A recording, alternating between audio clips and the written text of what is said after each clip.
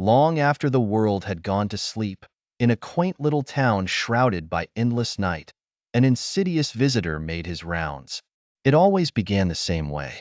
The clock would strike midnight with 12 heavy chimes that resonated through the bone-chilling darkness. Each toll seemed to echo diabolically, warning those within earshot. At the Perkins residence, the ritual was dreaded yet inevitable. As the 12th chime faded into the silence, a soft but relentless knock tapped against their wooden door. Mrs. Perkins had heard the stories, the whispers that traveled through the town like a cold wind. Once, a young man, curious and brave, had answered the door. No one knew precisely what he saw or what happened, but he was never seen again. And there were the Stevens, the poor family next door. Answering the midnight knock had left them with withered faces, as if touched by the longest years in an instant, eyes forever haunted by something lurking in the void. Mrs. Perkins' breath hitched as she heard the knock again, the sound burrowing into her soul with a dread far worse than the unexplainable. Her husband, John, a stout man of reason, had always dismissed the tales as mere superstition. Tonight, he would challenge the darkness. He moved towards the door, each step echoing ominously in the silent house.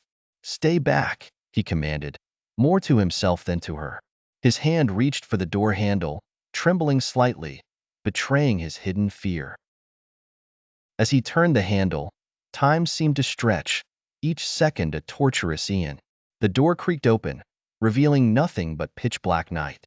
He squinted into the void, searching for some shape or form to give the menace a face. And then he heard it, a whisper so chilling it felt like sharp ice tracing the innermost recesses of his mind. "John Perkins, you called upon me." Before he could react, the darkness reached out, pulling him with an unearthly force. The door slammed shut on its own, the sound resonating through the house like a gunshot. Mrs. Perkins rushed to the door, only to find her husband gone, the night eerily silent again.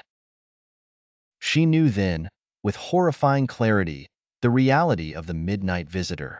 Each night after, the knocking continued, a ghastly reminder of what awaited any who dared to answer. The thought of what had happened to John haunted Mrs. Perkins every waking and sleeping moment. The town continued to whisper, but no one else dared to open their doors, terrified of becoming the next victim of the midnight visitor.